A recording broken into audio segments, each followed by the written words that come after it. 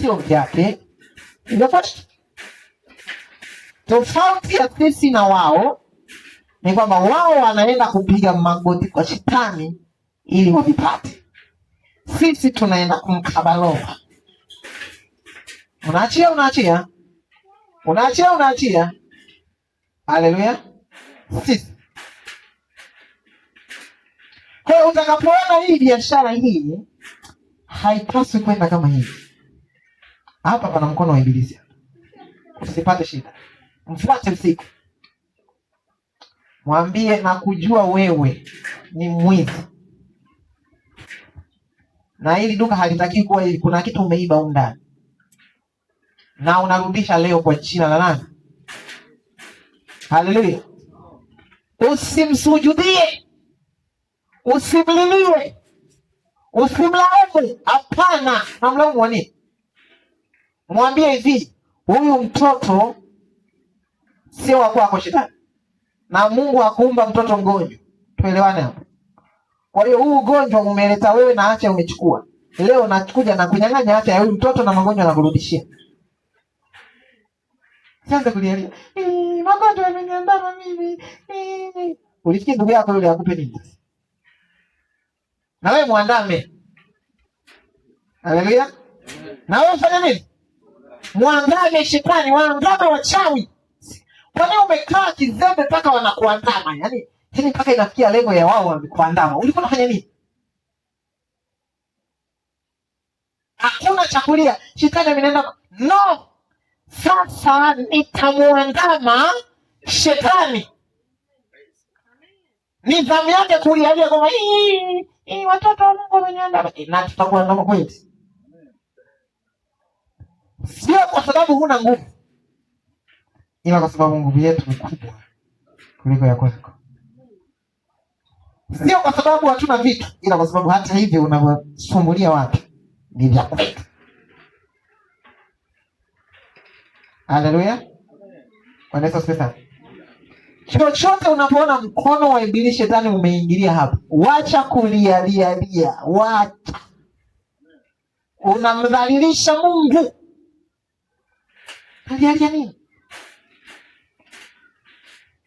Nalialia nini? Unamdhalilisha Mungu. Wacha kulialia. Mungu akitaka ataniponya kwa wakati wake. Acha upumbavu. Kwa wakati wake gani? Atanijibu kwa wakati wake gani? Wakati wake mwaka gani? Utafika lini? Mwambie shetani, sikiliza, unarudisha acha ya mwanangu leo. Hakuna cha wakati wa Mungu. Wakati wa Mungu ndio huu hapa. Mungu atajibu kwa wakati wake. Alishajibu alipokupa mamlaka kubwa kuliko ya shetani. Unataka majibu gani kuliko hayo? Yaani hayo wewe uone kwamba hayo ndio majibu. Bado tena unataka majibu gani? Ungekuwa wewe ni Mungu ungetoa majibu gani tena? Ungekuwa ni Mungu, umempa mtu nguvu zote na mamlaka zote. Ita nakuja tena, Bwana utajibu kwa wakati wako. Utafanyaje kama sisi kuchukua kiboko?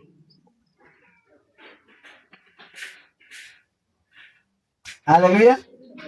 Bwana Yesu asifiwe.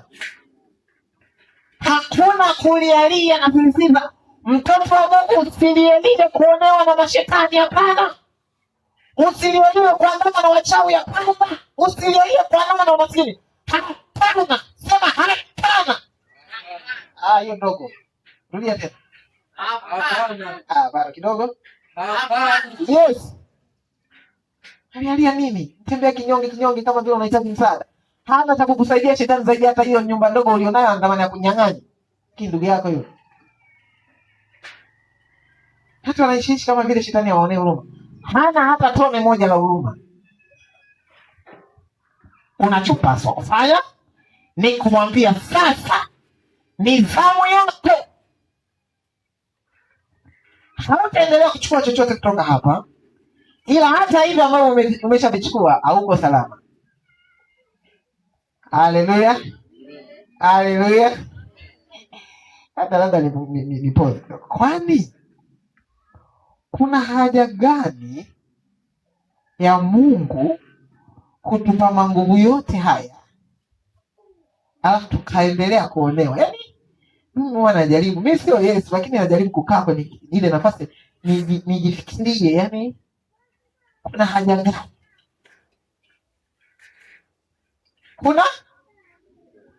kuna haja gani?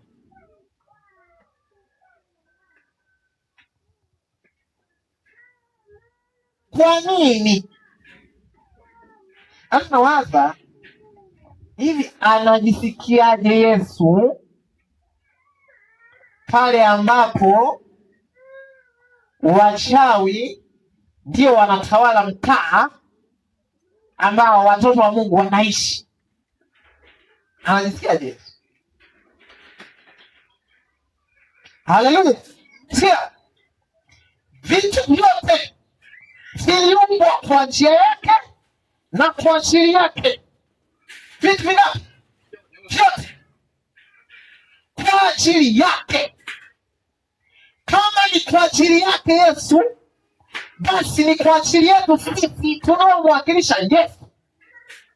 Au je, kama ni kwa ajili yake Yesu, basi ni kwa ajili yetu sisi tunaomwakilisha Yesu. Kwa sababu namna pekee ya Yesu kula pilau ni mimi kula pilau. Amen. Kwa sababu mimi ndio mwakilishi wake. Yes. Amen. Nasema namna pekee ya Yesu kuvaa suti ni mimi kuvaa suti. Amen. Kwa sababu mimi ndio mwakilishi wa Yesu. Amen. Kwa sababu mimi nimembeba Yesu ndani yangu. Na hata wai kutoka nje siku hii aseme nimemisi suti mimi natoka nje. Hapana. Akimisi suti inabidi mimi nivae suti. Yes. That's all. Amen. Yes. Hakuna hii lazima tulikatae hii. Upumbavu sijui ni ujinga sijui ni laana. Lazima ivunjike. Lazima utake usitake lazima ivunjike hii. Hapana. Vitu vyote viwe ni viti vya enzi. Viwe ni viti vya nini?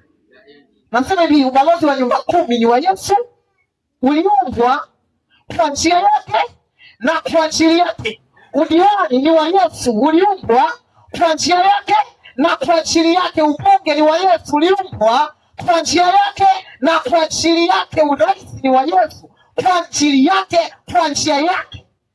Amen. Kwa hiyo ukijisikia kwenda go. Amen. Nenda ukachukue. Yes. Na ukikaa usiku naambia shetani sika nimekuja kuchukua kiti chetu. Amen. Nataka nichukue kiti cha ubunge mwaka huu. Ni chetu. Yes. Kwa ajili yake. Kama ni kwa ajili yake, namna pekee ambayo Yesu anaweza kukaa kwenye kiti cha ubunge ni wewe uliyembeba Yesu akae kwenye kiti cha ubunge. Ndio njia pekee. Amen. Yesu hatachomoka ndani yako siku moja akasema nimemisi ubunge. No. Ni wewe. Haleluya. Amen. Haujaelewa? Nasema hizo ndege zinazunguka juu. Yes. Kusema Yesu hakuziumba. Yesu aliumba vile vyuma vilivyotumika kuumba zile ndege. Na kama unavyojua mwenye kiwanja ndio mwenye nyumba. Amen. Sio unajua hiyo sheria? Mwenye kiwanja ndio anayemiliki nini? Hiyo sheria. Kwa Yesu anaweza kusema okay, chukueni ndege yenu niachieni vyuma vyangu. Wanachukua wanatoka na nini? Kwa hiyo hata ile ndege ni kwa njia yake na kwa ajili yake. Amen.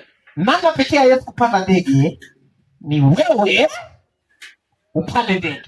Amen. Sasa una mpango wa kupanda mwaka gani?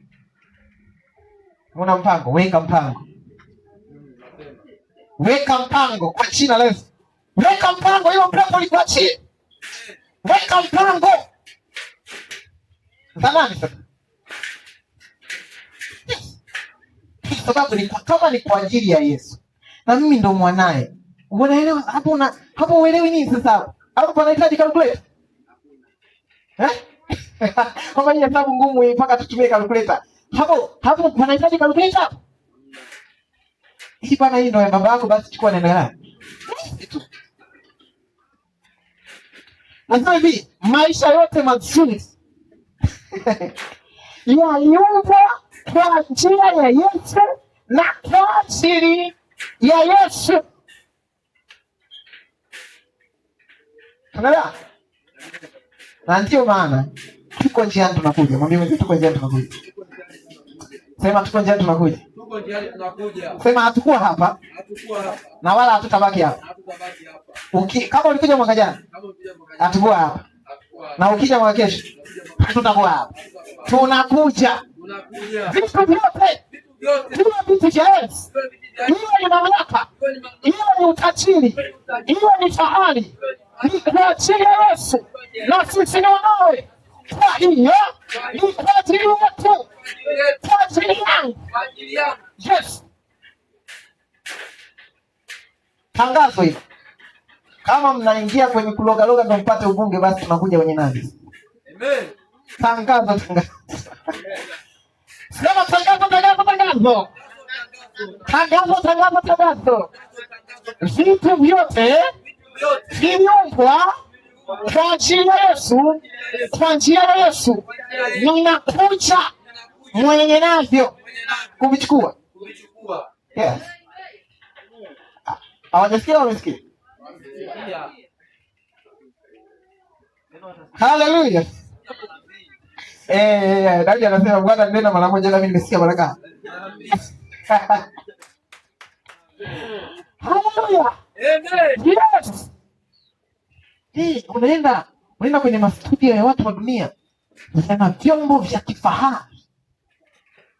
Yana vyombo gani? Vya kifahari. Sema afadhali nimejua kwamba kumbe vipo. Sasa nakuja kucho. Amen. Maana bila kunisingejua kwamba kuna vitu vya kifahari kama hivi. Amen. Sasa nishajua mshakosea.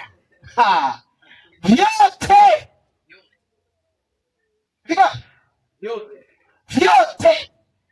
Sisi kuna magari nasikia ambalo ni kama vile linajiendesha, kama linaendeshwa. Nilikuwa naliendesha ukikimbiza Afrika gundua kama kuna gari linaweza kugundua kuna gari lingine mbele, nikajipunguza mwendo. Naweza kugundua kwamba sasa nataka kuingia mtaloni, nikajirudisha barabarani. Yaani nikasema wow, afadhali nimejua. Afadhali? Nimejua. Hilo nalijia.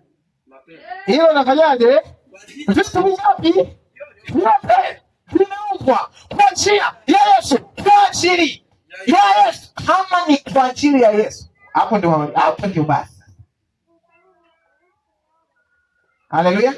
Niwaambie kitu kimoja. Kila kitu, hizi teknolojia zinazidi kuongezeka kwa ajili ya maandalizi ya mpinga Kristo. Mpinga? Kwani yeye jina lake kwani halijulikani? Hivi hapo mkuu ni nani?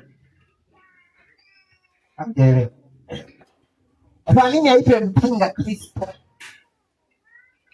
Kumbe pale subject ni Kristo. Haleluya. Ukitaka ujue kati ya chama hiki na chama hiki vinashindana, ujue nani ana nguvu kubwa ya kisiasa. Sikiliza kampeni za upande huu. Sikiliza. Alafu kasikiliza kampeni za upande huu. Angalia anayemtaja mwenzie. Yule hamna kitu, yule hamna kitu, yule hamna kitu, ana wake 7, hafai kwa kiongozi. Anakuja huyu. Nitajenga barabara, nitajenga madaraja, nitaleta mvua. Sijui. Nafikiri yupi analemewa? Huyu anayemsema mwenzie. Kwa sababu hadi jina lake hatutalijua. Tutalijua tu jina la huyo mpinga Kristo, jina lake nani? Shalemewa. Amen. Sema shalemewa. Haleluya. Amen. Kwa hiyo hizo teknolojia ni kwa ajili ya Kristo. Ila huyu atakuja kumpinga nani? Kristo. Wale unampinga kama hana nguvu. Si uachane naye. Yes. Nachokisema ni kwamba hizi teknolojia pia ziliumbwa kwa njia ya Kristo.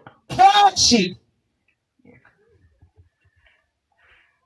Kwa ni sahihi kabisa mtoto wa Mungu akatumia teknolojia ya juu ya mwisho. Sawa kabisa. Haya mambo ya kwamba kila kitu Freemason, ujinga, ili pepo nalo liachie kanisa la Mungu. Amen. Kila kitu kizuri Freemason, kila kitu kizuri Freemason. Kwa nini mambo mazuri mnawapa wao tu? Hapana, siku hizi kukaa kwenye nyumba za nyasi Freemason.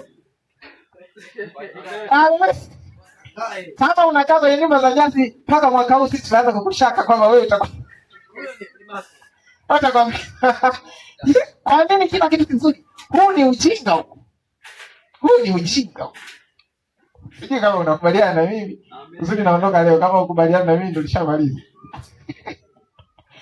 Kwa nini? Kila kitu kizuri Freemason. Gari zuri Freemason. Hapana, gari bovu linalonuka moshi Freemason. Gari zuri linalomeremeta hivi mwana wa Mungu yule. Yaani hata uwe na mashaka tu baba. Kumbe sio Freemason ila tu anapambana na maisha. Yes. Sasa unanipata mpaka pale. Haleluya. Walifanya utafiti walikuja kugundua kama kanisa liko nyuma miaka 30 kiteknolojia.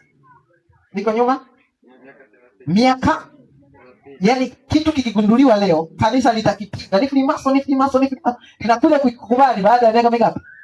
30.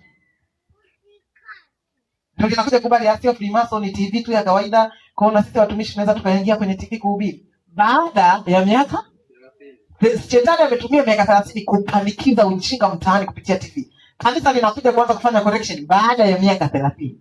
Kwa sababu wanahisi kila kitu ni Freemason, kila kitu kibaya Freemason, kila kitu cha mpiga Kristo, kila kitu. Wewe mpiga Kristo jina lake nani? Basi tumweke huyo Kristo, alafu yeye aje kumpinga sasa. Atampigaje Kristo na hatujamweka? Kama simu, kama mitandao TikTok ni kwa ajili ya mpiga Kristo, basi tumweke Kristo kwenye TikTok, alafu aje kufanya kumpinga. Yeah. Hiyo italeta maana. Sasa mpiga Kristo ama Kristo mwenyewe hamjamweka. Atampigaje? Haleluya. Amen. No! Sema no! Sema No. no! No. No. Hapana. Kanisa lazima tupate elimu mpya. Vitu vyote kwa ajili yake. Kama ni kwa ajili ya nitaka niongelee sana teknolojia. Kwa hiyo teknolojia ile ya hali ya juu, ile ya hali ya juu ni ya kwetu. Hata kama sasa hauna, sasa hizi unatumia kiswaswali. Mimi ngoja nikwambie ile smartphone inayotoka leo ile latest ni ya kwako. Weka mpango. Weka nini? Weka nini? Ndio kama Musa aliweka mpango. Ndio. Aliweka nini? Akaacha. Huo ni mpango. Ndio kama watu wakafanyaje?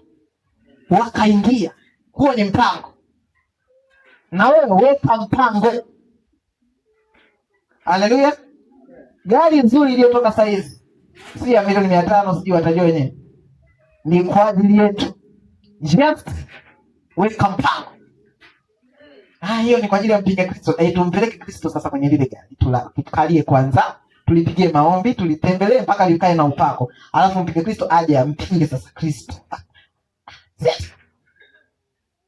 Hizi teknolojia za mpinga Kristo. Okay, amen. Mimi sipingi kwamba sio za mpinga Kristo. Sasa tumpeleke sasa Kristo aje kupingwa. Haleluya. Bwana Yesu asifiwe sana. Simama mahali. Sijamaliza mahubiri ila nataka uchangamke. Sema katika jina la Yesu.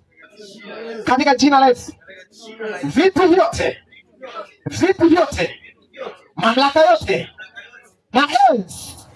Na enzi.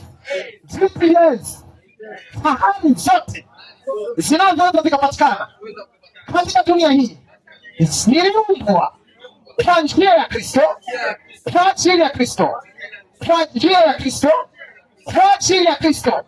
Na kama ni kwa ajili ya Kristo, basi ni kwa ajili yangu. Mimi niliyembeba Kristo, vitu hivyo ni kwa ajili yangu. Mimi niliyembeba Kristo. Kwa jina la Yesu Kristo. Kuanzia leo sitasema tena vitu vizuri ni vya Freemason. Hapana. Vitu vibaya ndio vya Freemason. Haleluya. Kaa na malizia.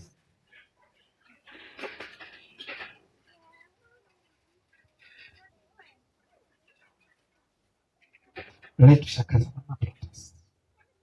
Sasa. Sema sasa. Mpango ni jinsi ya kuvichukua. Nataka niongee masomo ili namalizia. Haleluya. Sikiliza vizuri. Farao alipojiwa na Musa na Haruni wakafanya muujiza pale, Farao hakutetemeka,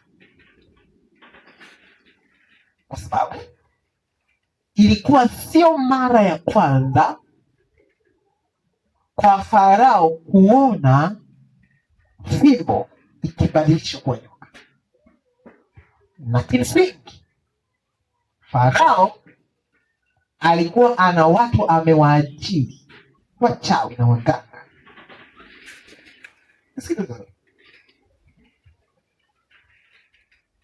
Ili Farao aweze kutawala ulimwengu huu wa mwili, Farao anajua kwamba ukitaka kutawala ulimwengu huu wa mwili lazima uwe vizuri ulimwengu wa roho. Nisikilize.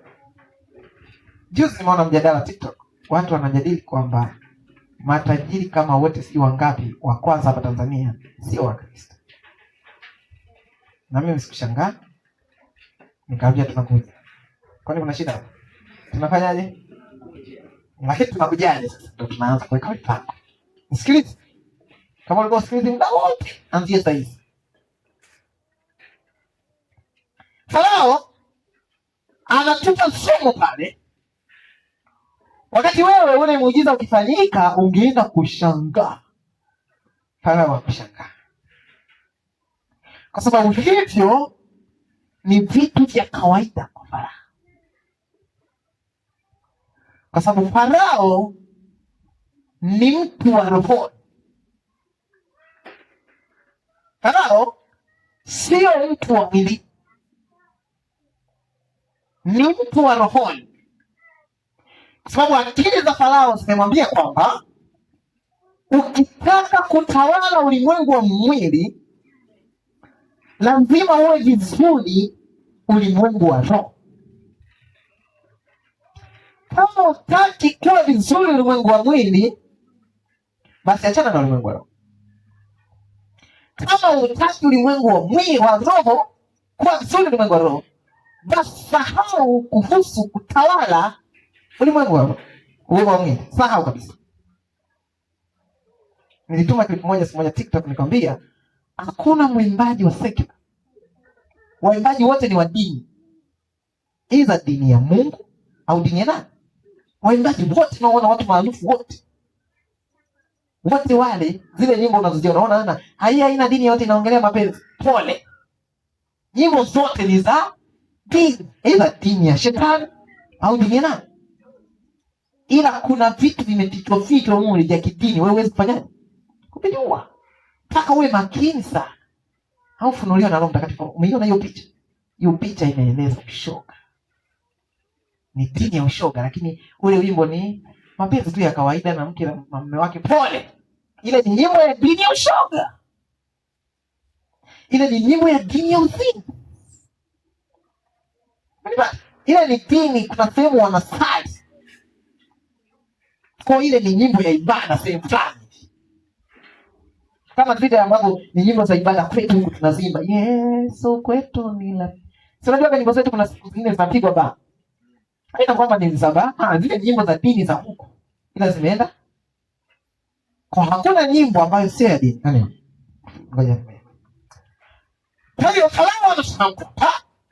Ili uweze kutawala ulimwengu huu inabidi uwe vizuri ulimwengu wapi? Watu. Na ndio maana Farao akaajiri wachawi na waganga. Sasa wale wachawi na waganga, kila mchawi na mganga ana mizimu yake na miungu yake. Alafu Farao ni mshirika wao. Unaelewa? Farao ni mshirika. Mizimu mingine inasema ibada ni saa 2 mpaka saa 4. Saa 2 mpaka saa 4 Farao atakuwa hapa kusali. Ndio maana hautamkuta Farao muda wote ofisini. No. Alikuwa ananiambia rafiki yangu mmoja, na tajiri mmoja hapo Morogoro sitamtaja. Alikuwa dereva wake. Sasa alikuwa amepata kibali tu kwa yule tajiri. Kwa hiyo alikuwa anaweza kumfikia kiwepesi kuliko madereva wengine wote na wafanyakazi. Basi yule tajiri anampenda yule bwana mdogo. Anampenda tu basi imetokea. Na siku moja kuna kama vile karatasi za kusign zikawa zimetakiwa kwenda. Alafu bosi hayuko ofisini, hivi kwenye chumba chake fulani, na alisema hicho chumba hakuna mtu kufanyaje kuingia, anaingia yeye tu, yaani hata mke wake mwenyewe hakuna. Sasa jamaa kwa sababu anaelewana sana, wakasema wewe tupelekee, watu wanadai hizo documents kwa haraka, wewe ndo hawezi kufanya kitu, wewe atakuelewa, maana wewe anakuelewa. Jamaa akaenda akagonga akuta hamna, akasema bosi atakuwa amefanya hizo, amepitiwa na usingizi.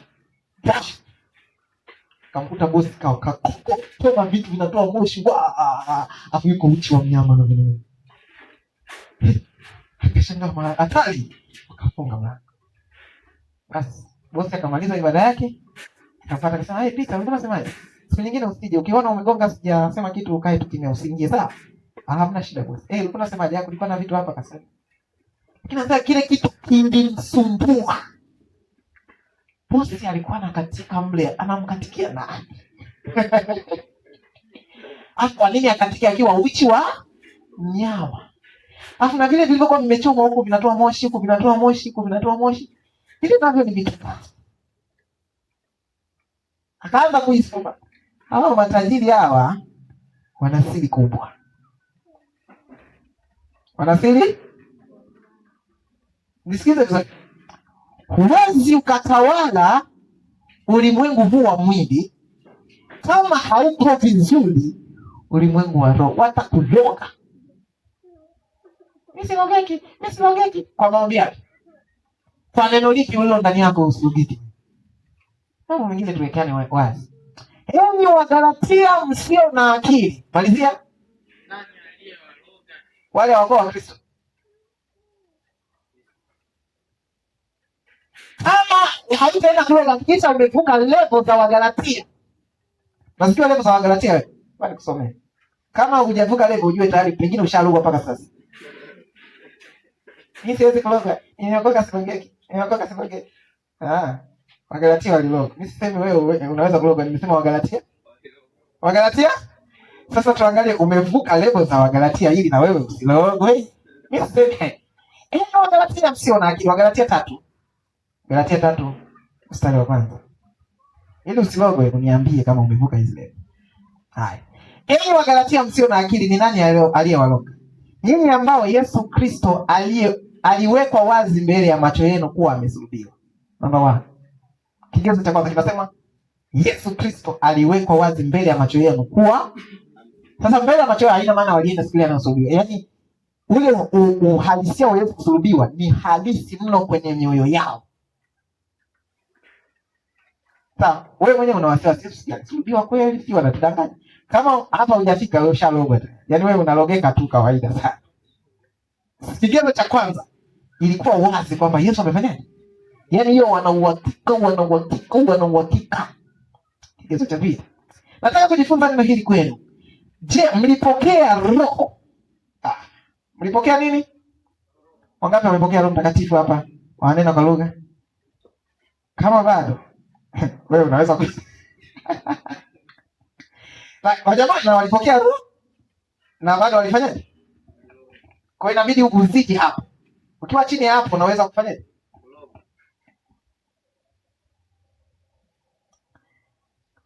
Kwa matendo ya mlipokea roho kwa matendo ya sheria au kwa kusikia kunakotokana na imani? Kusikia kunakotokana na imani. Hao jamaa walikuwa na kitu kinaitwa. Nisikilize vizuri. Je, mmekuwa wajinga namna hii mmekuwa wajinga namna hii? Baada ya kuanza katika roho mnataka kukamilisha sasa katika mwili. Mmepatikana na mateso makubwa namna hii bure. Leo kutusaidia chochote kwa ajili ya hivi. Kuna mtu aliye hata kukutukana kwa ajili ya kulokoi. Hata kufukuza nyumbani basi. Hamna. Kama bado wewe. Ikiwa ni bure kweli. Basi Paulo ana swali lingine. Vigezo hivyo. Yeye awapae roho na kufanya miujiza kati yenu. Hapo sasa. Tuishie tu hapo Paulo. Usiendelee na zingine. Na kufanya kwa ukihudhuria ibada zaidi kanisa, watu wana roho na watu wana nini? Wana miujiza. Lakini kama mtu wa roho akasikia roho ni kweli imejazwa, na hiyo miujiza inayotendeka ni ya kimungu kweli, lakini tabia hii meroho. Hii ni ya kurogwa. Hii. Haleluya. Amen. Kama unasema wewe kurogwa, mimi zidisha hivi vigezo. Sio wewe navyo, ukiwa navyo hivi tu kaishia hapa unaweza kufanyaje? Kurogwa vile vile. Sasa wengine hata hii level hawajafikia. Jana nimeambia mkaombea.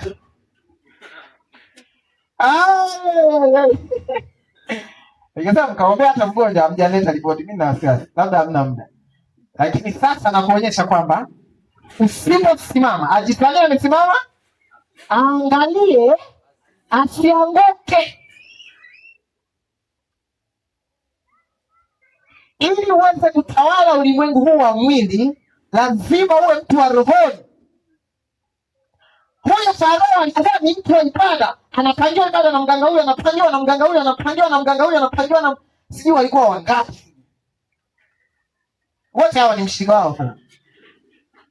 Anauzuru huku mizimu sijui ya nini, huku mizimu ya nini, huku mizimu ya nini. Sote. Kwa hiyo huyu usiseme huyu ni mtu wa mwilini, huyu ni mtu wa rohoni, ila rohoni yake ni ile ya gizani. Lakini ni mtu wapi? Wa rohoni. Na ndio maana alitawala. Tatizo watoto wa Mungu wanataka kuja tu kanisani Jumapili kama worship. Hawataki kuwa watu wa rohoni. Hawezi kuzuia ibada ya katikati eti Jumapili, mpaka Jumapili utalogwa. Hawezi kuniloga mimi nimeokoka. Waulize Wagalatia. Ukizema kidogo wanakutoa. Mimi sinawaambia kweli. Nataka nikukopeshe. Utanipa lini? Nakupa cash. Haleluya. Bwana Yesu asifiwe sana. Haleluya. Ukizembea na wanakuloga, sio kwamba ulokole unatoka, ulokole unaendelea kuwepo. Hawa jamaa walilogwa, miujiza kwa wanaendelea kupika na kunena kwa lugha wananena, lakini Paulo akiwachunguza, ngoja nije nitoe hayo mapepo. Mtu wa mapepo naye alilogwa naye akawa na mapepo. Cheers. Ukimaliza kutoa mapepo hayo uje naye nikutoe mawili. Haleluya. Inawezekana kibiblia. Kibiblia inafanya? Wewe kwa akili zako inagoma, ila hapa inawezekana, na hapa kama kule iliwezekana, na huku miaka hii pia. Haleluya. Ili tuweze kutawala kama vile tulivyoandikiwa. Kama vile tulivyoandikiwa kwamba vitu vyote ni kwa njia ya Yesu na kwa ajili ya Yesu. Lazima tuwe watu wa rohoni. Lazima uwe ni mtu unaheshimu ibada. Lazima. Tuachane kudanganyana kwamba just fanya kazi kwa bidii, just fanya kazi kwa bidii. Hapana. Utafanya kazi kwa bidii, utatumia tumaulete, atakula mwingine.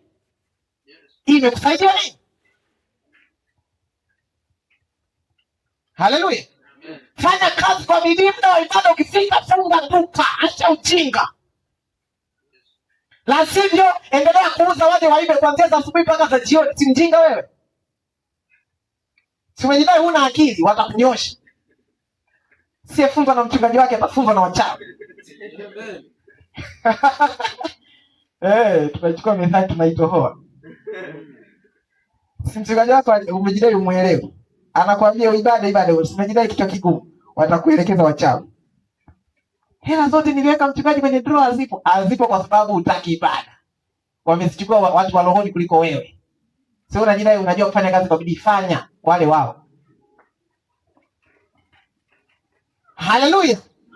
Mamlaka tunayo. Lakini lazima tujue jinsi ya kuweka mipango. Jinsi ya kuweka mpango, lazima uwe mtu wa rohoni. Lazima uwe mtu wa rohoni. Lazima. Mwambie mwenzio lazima. La sivyo utaendelea kuwa maskini. Na kwenye siasa ndio supu kabisa. Kwenye siasa kama hutaki kuwa mtu wa rohoni, utapanda jukwani mara hii. Mara ya pili washakulaza makaburini. Kule hawana mchezo. Kule hawana mchezo bwana. Juzi kati tumeenda kwenye sehemu fulani hivi kwenye mgodi. So kwenye harakati za kuprocess, sasa tulikuwa tunapita hapa na hapa. Jamaa ananipitisha, ananionyesha jinsi ambavyo watu wanapata utajiri kiganga. Sio kiganga kwa maana kwamba mashine zinaenda kichawi, zinaenda mashine live hivi. Sawa? wanaenda wanachimba mchanga, lakini jamaa ambaye ni mshindani wetu pale kwenye ile kazi ameenda kuchukua mganga kutoka Usukumani, amefukuza mke wake, anakaa na mganga. Umeelewa? Yaani anaona kama huyu mke ananizuia kwenye nini? Kwenye ibada. Anamcheleweshi. Anakaa na nani? Na mganga. Yaani amethamini akose huduma za mwanamke kwa sababu mganga mmoja naye mwanaume, watajuana wenyewe. Lakini amethamini apambane kufua nguo, lakini hizi ibada za kupigiwa kwa simu ameona sinaweza nikakutumia nauli ukanje mzee. Tutaishi wote hapa mpaka msimu wa madini utakapoishi. Hamna shida. Mzee kalipiwa nauli, yuko pale. Mganga. Ili kazi ya madini isonge mbele. Wewe ni mshirika wa Jumapili yenyewe unasema nimepigia simu. Pole. Pole sana. Kwenye madini usisogee. Kanyaga hizi za nyanya. Hizi za mtaani ndio kule. Usisogee kule. Kule wako serious. Akana niambia kwamba muda wa madini anapokuwa anachimbwa, utaona kuna mtu mmoja anakuwa amekaa tu kasema fulani amekaa. Yule anakuwa ni mganga. Ni nani? Mganga. Anaendelea kuseti mitambo. Huko engineer anaendelea kuchimba, huko mganga naye ana seti mitambo yake. Chezo. Haleluya. Amen. Ndio maana walokole wa kawaida, sema walokole wa kawaida, hawatafika popote. Dunia iko serious. So serious. So serious. Sema so serious. Yaani serious sana. Wa kawaida hawatafika popote. Kule kanisani mpaka upigiwe simu. Pole. Pole sana. Pole. Mpaka upigiwe simu ndio kanisani. Pole. Ibada mnazo ngapi hapa basi? Kwa wiki. Tatu. Tatu tu. Oh my God. Na tena mwingine haya. Tatu. Zinamshika tatu. Baada ya kumwambia baba mchungaji, kwani hata nisiwe tu saba? Hizi ibada ndo zinatufanya tuwe maskini. Wewe. Nani alikudanganya? Nani alikudanganya? Mimi nakwambia ukweli. Ukiona haya, endelea. Ila kama unaenda kutawala ulimwengu huu wa mwili, lazima uwe mtu wa roho. Lazima. Sio lazima uwe mtu wa rohoni ndipo utatawala ulimwengu wa mwili. La sivyo utatawaliwa mpaka unakufa. Na sio kwamba ulokole wako utaondoka. No. Utakufa na utaenda mbinguni. Utaliunga na Lazaro pale. Mtakuwa wawili. Maskini Lazaro. Hatujui hata ukoo wake ni nani. Rais jina lake ndo maskini, ukoo wake ni Lazaro. Au jina lake ni Lazaro, ukoo wake maskini. Tajiri hatuna haja hapa kumjua jina lake, linatosha hilo. Tajiri linatosha. Nataka lingine la nini? Haleluya. Ili kama unaenda kuathiri ulimwengu huu, mimi nakwambia ukweli, zingatia ibada. Zingatia maelekezo ambayo mtumishi wa Mungu anakupa. Hata kama ni ya kitoto kama darasa la pili, zingatia. Hata kama yanaonekana mchungaji naye amejichanganya, zingatia hivyo. Hapo ndipo utakuwa umeachama sasa kama nyoka ya Musa. Ili uweze kumeza nyoka zote za Farao, za wachawi. Bwana Yesu asifiwe. Unakula chakula tarehe 1 mpaka 31. Ngoja, hakuna kufunga hapa. 1 tu 31. Unanyonyesha, aliacha kunyonya tangia mwaka jana. I say. Are you serious? Yesu alisema kila mfungapo nini? Kila. Kwa kufunga kunatakiwa kuwe kila. Sio kila mwotapo ndoto ya kufunga. Funga sio swala mpaka wote ndoto. Jana nimeota ndoto nimefunga, si nifunge. Bila ndoto. Pole. Posta. Biblia hauna hata ya kuazima. Wangapi wana Biblia inua juu? Wangapi ni ya kuazima? Wangapi hawana ya kuazima wala ya kwao? Hivyo uendi popote. Paya tuadakani. Uendi popote hivyo. Yes. Kwa sababu kitakacho kuingiza rohoni ni neno. Hauna. Hapa ni Katoliki hapa. Watu. Kule ndio wanaenda bila nini? Na siku hizi nazo nako wanazo. Tangia wow. Sasa mnakujaje hapa sasa? Kuwa serious basi. Hapa sio chama cha siasa, hapa ni kanisa. Au kwa serious. Ushindani wa huko nje hautaweza. Biblia inazo 30. Elfu ngapi? 30. Umeshindwa 30. Ni kweli? Tufanye ni kweli. Mtaji wako shingapi mama? Tufanye ni kweli. Ile TV shingapi? Tufanye ni kweli. Ile gauni shingapi? Unachotuambia ni kwamba wewe ni mtu wa mwilini. Sawa. Na ndio maana kuwa na Biblia kwako haina maana. Kwa sababu wewe ni mtu wa mwilini. Tulitegemea hapa mchungaji anapigiwa simu, mchungaji sijaelewa Mathayo 5:5. Mchungaji anasema, "Wow, mimi na mashirika ambayo yanasoma Biblia." Sasa nipigie baadaye. Maana yeye mwenyewe yuko huko mtaani ana. Ngoja nifike nyumbani. Lakini akitoka pale sasa, hawa sasa ndio nini? Ndio washirika. Hujui Mathayo iko mwanzoni au iko mwishoni, uelewi chochote. You are not serious. Na ulimwengu huu utakupiga chini tu. Utaenda mbinguni lakini umechoka. Kwa sababu hutaki kuelewa uweza na mamlaka vinavyofanya kazi. Unajua kule mbinguni kuna mfumo unasema kuna ile kwamba tukifika mbinguni tutafuta machozi. Utafuta machozi. Unajua ni machozi ya nini? Ngoja nikwambie. Ghafla utagundua kwamba maisha uliyotakiwa kuishi ni haya, utafunuliwa. Itakiwa labda uwe na magorofa kama 70 hivi. Uwe na gari yale ya kifahari kama 30 hivi. Kwa mwezi, kila mwezi gari moja, kila siku gari moja. Alafu uwe na maduka yako pale Kariakoo kama 20 hivi. Sasa utakuja kugundua hicho ndicho ambacho Mungu alifanyaje? Alikuandikia. Haya, tuje katika maisha. Paka unakufa umelala umekodisha kachumba kasingo. Umeacha mama na watoto 3. Wawili wa kiume, wa kike mmoja, lakini wanalala wote kachumba kwa. Ndio mpaka unakufa yani. Kinachofuata hapo singulia. Ndio Yesu atakwambia pole, lakini hata hivyo sio mbaya, huko nako ni kuzuri tu. Hata hivyo huko ni kuzuri sawa yakipita. Yesu, kwa hiyo wanangu wale uliwafundisha neno?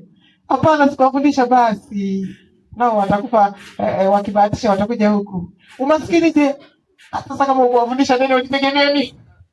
Mwenyewe nilikuwa sijui, singeuliza. Haleluya. Hii ndio uweza na mamlaka. Lazima uitumie. Haitajitumia yenyewe. No. Lazima uitumie, na kuitumia lazima uwe mtu wa roho. Uwe mtu wa neno. Uwe mtu wa ibada, uwe mtu wa kufunga. Wacha dharau. Unakuleti kuanzia tarehe 1 mpaka 31. Hizo si dharau hizo. Unanyonyesha. Kuna sehemu moja nikuta hadi watoto wanaonyonya walipunguzwa siku 2 kwanza. Wasema hii sio ya kuiga. Hii inabidi ufunuliwe na roho. Ila zingine ni za kuiga bwana. Zingine sio mpaka ufunuliwe na hadi masaa 12 nayo unataka ufunuliwe. Kwani mimi sipigi kwamba hutaki kufunuliwa. Roho Mtakatifu amekufunulia leo kwamba usiamka uvaa nguo za blue. Asije kufunulia hadi sasa imekuja hapa. Acha mambo yako. Mambo ya muhimu fanya unayoyajua. Kama unakosea ataingilia yaseme hii hapana. Kuwapikia watoto wako unafunuliwa nalo. Si wajibu wako? Kufunga ni wajibu wako. Kuomba ni wajibu wako. Kusoma neno ni wajibu wako. Usihitaji kufunuliwa. Hapana. Ni uvivu. Hata kuficha uvivu kwenye sijafunuliwa, mvivu wewe, hujafunuliwa nini? Kwani kupika leo umefunuliwa? Mbona umepika? Sikana njaa asema sijafunuliwa. Kila mfungapo, kila msalipo, kila mtoapo. Yesu aliongea kila ngapi? 3. Kila msalipo. Maana muomba, maombi ni ya kila. Mara mwisho lini uliomba zaidi ya dakika 5? You are not serious. 5 zinakusumbua.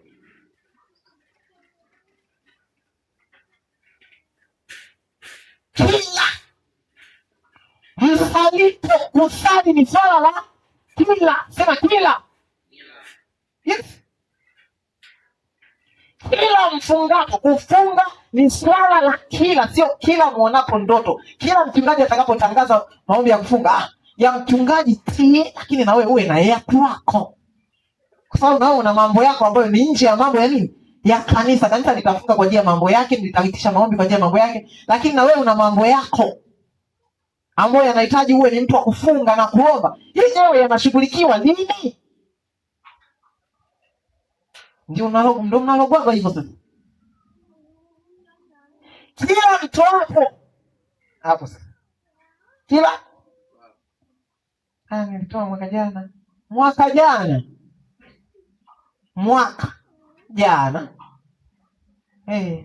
Pole. Kule sasa. Ndio maana nasema walokole wa kawaida ni kifo cha Lazaro tu ndio kinachowasubiria. Kule ng'ambo ile ni kutoa watoto, ni kutoa wazazi, ni kutoa, yani sio kutoa kinyonge, unatoa. Kule hakuna cha bure. Atoi sadaka ya damu kwa sababu ya damu ya nani? Shangilia Bwana Yesu, mama yako amepona, hata hautamtoa kafara. Yesu amemtoa, achana na mama yako. Yesu ametoa damu yake inatosha. Ila Yesu hajatoa 500 yako. Leta. Sawa. 10,000 leta. Siseme Yesu katoa. Yesu katoa damu. Hallelujah. Yes, niwaambia injili inasafirishwa.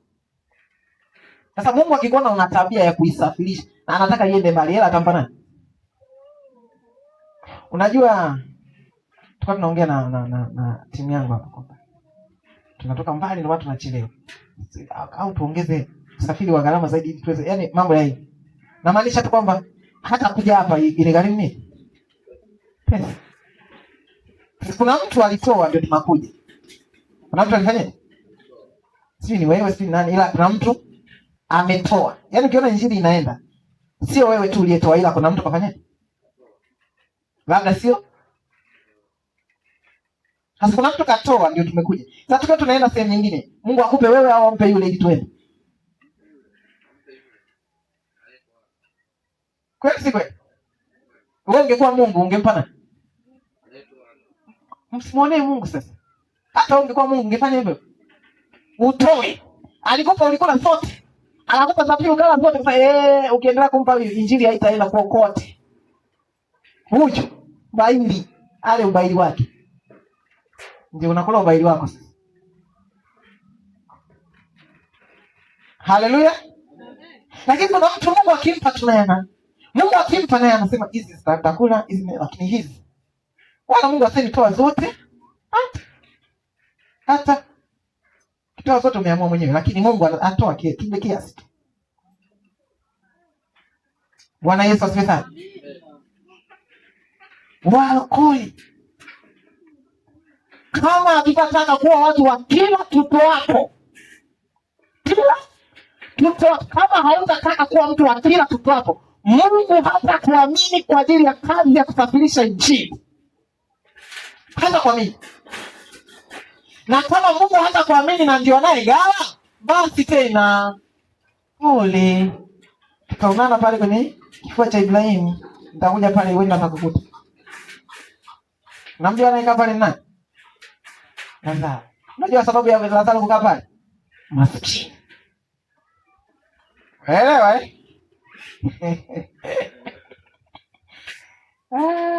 good. Naisa hii imeanza kuendelea. Semina ijayo tutaendeleza. Simama kwa Biblia.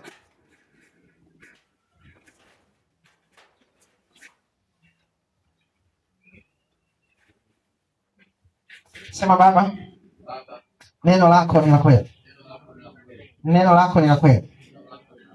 Umelituma neno lako, nami nimelisikia.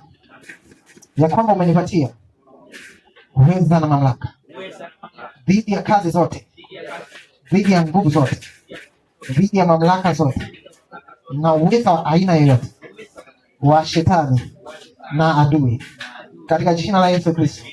Lakini kupitia neno lako nimejifunza namna ya kuvitumia uweza na mamlaka. Uweza na mamlaka lazima niwe mtu wa rohoni, niwe mtu wa neno, niwe mtu wa maombi, niwe mtu wa kutoa, ili ile uweza na ile mamlaka ifanye kazi katika maisha yangu, ilionekane katika maisha yangu. Nataka hayo maneno uyaongee kwa kinywa chako mbele za Mungu, alafu umwahidi kwamba kuanzia sasa nitakuwa mtu wa rohoni, nitakuwa mtu wa kusoma neno, nitakuwa mtu wa kutoa sadaka, nitakuwa mtu wa maombi, nitakuwa mtu wa kufunga. Kwa kinywa chako nataka umwambie Bwana Yesu, mwahidi Bwana Yesu maneno haya katika jina la Yesu Kristo wa Nazareth. Baba, tumesikia neno lako. Tumesikia neno lako Baba. Tumesikia neno lako Baba. Tumesikia neno lako Baba. Tumesikia neno lako. Tumesikia neno lako Baba, ya kwamba umetupatia uweza na mamlaka. Lakini ili tuweze kuvitumia na kunufaika, lazima tukubali kuwa watu wa rohoni. Lazima tuwe watu wa neno lako Baba. Lazima tuwe watu wa kuwa makini na neno lako. Neno lako kila linaelekeza. Neno lako kila linasema acha, tukakiache. Neno lako kila linasema shika, tukakishike. Katika jina la Yesu Kristo wa Nazareti, Baba, tukalizingatie neno lako. Na tena umetuagiza tukawe watu wa kila tusalipo. Katika jina la Yesu Kristo wa Nazareti, tusiwe watu wa mwili, tukawe watu wa maombi, watu wa kuomba, watu wa kuongea na Mungu. Katika jina la Yesu Kristo wa Nazareti, Baba, tusiwe watu wa kutoroka ibada, tusiwe watu wa kukosa ibada, lakini tukawe watu wa rohoni, watu wa ibada, katika jina la Yesu Kristo. Asante Bwana, lako ni la kweli. Riko sakata bashola, rabo shakata posoto glopo sata, katika jina la Yesu Kristo wa Nazareti. Tena tukawe watu wa kujitoa kwa ajili ya kusafirisha injili yako, ili upate kufikia mpaka mwisho wa dunia, katika jina la Yesu Kristo wa Nazareti. Katika jina la Yesu Kristo, tukajue kila unapotubariki Bwana, unategemea sehemu tuitoe kwa ajili ya kazi yako. Tuitoe sehemu Bwana, ili kazi yako ipate kusonga mbele, katika jina la Yesu wa Nazareti. Baba, nalibariki jina lako na kulitukuza. Wewe ni Mungu mwaminifu, katika jina la Yesu wa Nazareti aliye hai.